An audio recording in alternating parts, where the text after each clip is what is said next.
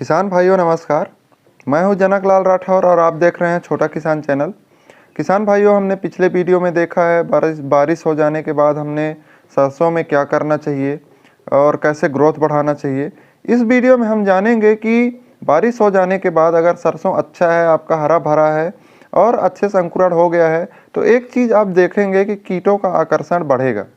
कीट बहुत जल्दी लगेंगे इसमें, क्योंकि जो वर्षा का पानी है, हमने पहले वीडियो में चर्चा कर चुके हैं कि वर्षा का पानी मीठा होता है, अधिक शुद्ध होता है, जिससे पौधों में एक अच्छे से ग्रोथ देखने को मिलता है, पौधों को में मीठापन आता है, जिससे कीट अटैक होते हैं। तो कीटों का नियंत्रण कैसे करें, ये एक मुख्य समस्या है, क्योंकि इस समय काफ़ी कीट लगते हैं। जैसे कि हो गया एक कटुआ हो गया जो पौधे को काट देते हैं, एक हो गया जो आरा मक्खी हो गया, एक हो गया बालों वाली सूढ़ी हो गया, एक जो बाल बाल रहते हैं, पीली बाल रहते हैं, काली बाल रहते हैं। इसको आपको इधर क्या बोलते हैं, आप कमेंट बॉक्स में ज़रूर बताएं। और किसान भाइयों, ये इस प्रकार से कई सारे कीट लगते हैं जो पौधों को छोटे में ही काट देते हैं, जिससे पौधे नष्ट हो जाते हैं। अंकुर बारिश के कारण वैसे भी अंकुरण कम हुआ रहता है, जर्मिनेशन कम हुआ रहता है, और ये कीट भी आकर अपना रोल निभा जाते हैं और काम कर जाते हैं।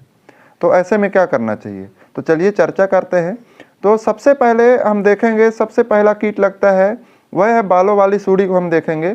वह कीट बहुत ही भयानक रूप से लगता है, अटैक में आता है, क्योंकि ये पत्तियों को खाता है। और जब सीवियर अटैक होता है, मतलब जब अधिक मात्रा में होता है, जब इनको पत्तियां नहीं मिल पाती हैं, फिर तनों को भी खाना प्रारंभ कर देते हैं।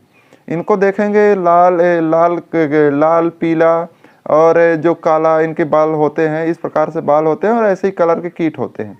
छोटे कीट होते हैं, ज़्यादा बड़े नहीं होते हैं। तो इनका उपयोग हम जो इनका नियंत्रण है, इसको हम कैसे करें।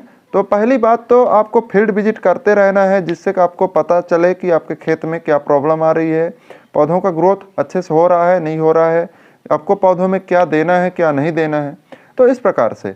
और जो कीट हैं, तो हमने इसमें चर्चा किया है बालों वाली सूढ़ी की।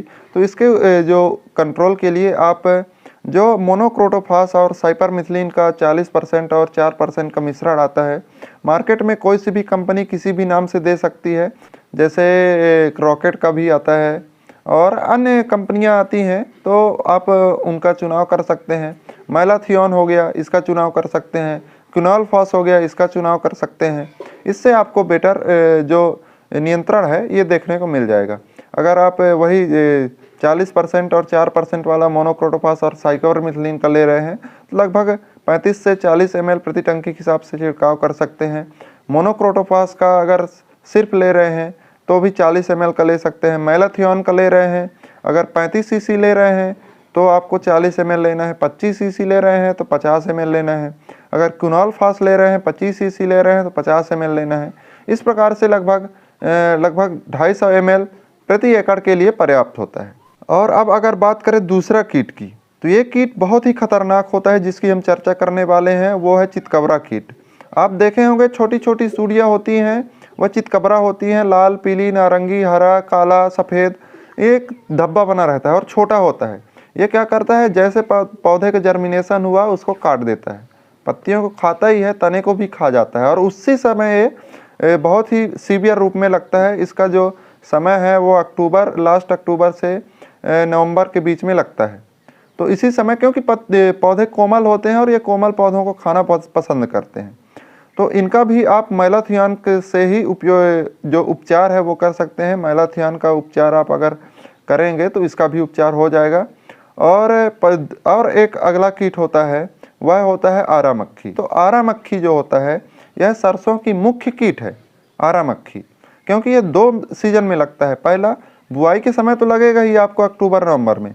अब दूसरा फूल से फल आने के समय भी यह लगता है, और उस समय फूल से जैसे फल आएंगे उस समय वो फल को खा जाता है, काट देता है। उस समय आरा मक्खी बहुत ही ज़बरदस्त रूप में आता है, और अगर आप इसका कंट्रोल नहीं करेंगे तो ये तने को भी खा जाता है, इतना खतरनाक होता है।